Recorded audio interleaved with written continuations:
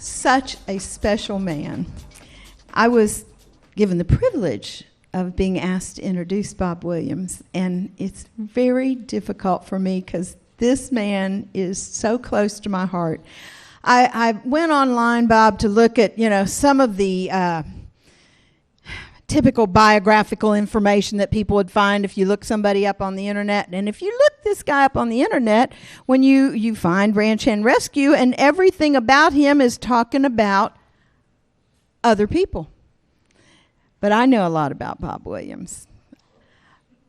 Bob Williams is a rescuer. He's a rescuer of broken animals, and he's a rescuer of broken people with a heart of gold. Now, in 2008, Williams began Ranch Hand Rescue, located right here in Denton, Texas, with a mission to bring together abused and neglected animals with abused and neglected people. It's a place for those who have fallen through the cracks. Now, you can go online and read about everything that Bob Williams has done, but I can tell you this. The good Lord sent special people to this earth to do special things.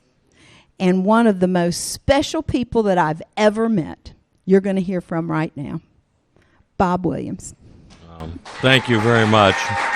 You're very special. I love you a lot. Thank you. Well, where would we be without Senator Nelson's leadership, and where would Texas be? I mean, she's just one of the most amazing women that you've ever met, and her accomplishments are longer than I am tall. So thank you very much, Senator Nelson. I'm so grateful for your kindness and your support and your compassion, and for all you do for human trafficking victims in Texas. Let's give Senator Nelson a big hand if we could. Thank you. Yay. Thank you. Thank you. Thank you. Thank you. And I want to thank Sheriff Murphy for that amazing check. I thought I was going to faint. I am so moved,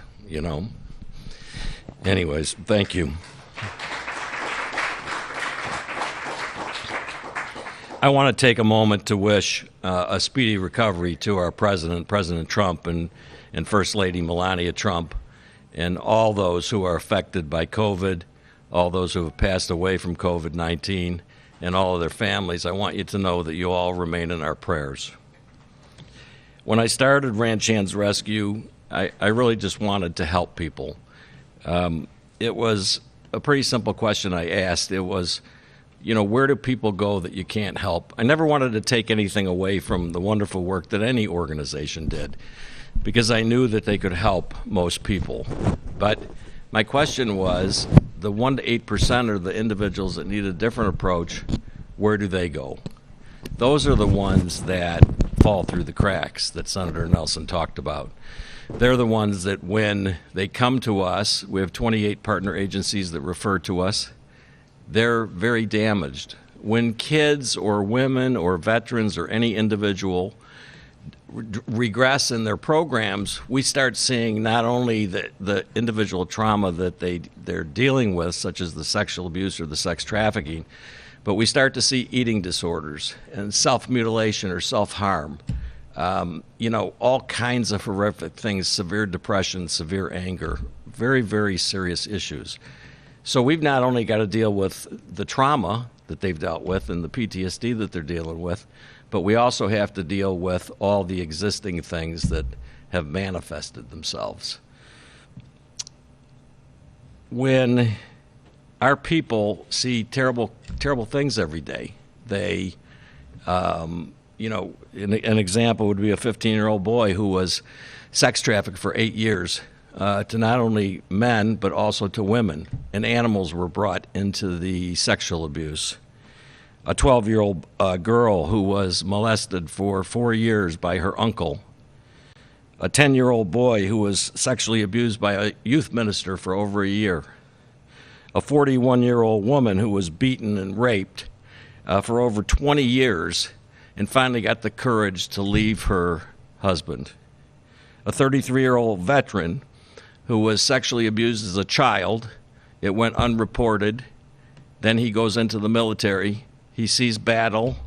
He has PTSD. He gets a medical discharge. He comes home and he tries to commit suicide. A 23-year-old sex trafficking victim who was forced to see 10 to 15 people a day. All innocent victims. The world today is so divided. You know, there's such hate. And I don't really understand it because I don't have any hate in my heart for anybody. I believe that we should be helping each other, that we should be taking care of each other, that we shouldn't be judging each other. And the hardest thing that I ever had to do in my entire life was to forgive the man that raped me when I was 17 years old. But the reality is that without forgiveness, there really isn't any healing. And so it's a good place for all of us to start and to look inside of ourselves. The reality is that wouldn't the world be a better place if we could all show a little bit more love, a little bit more kindness to each other, and a little bit more compassion? That's what I believe. The clients that we see, they struggle. They struggle every day.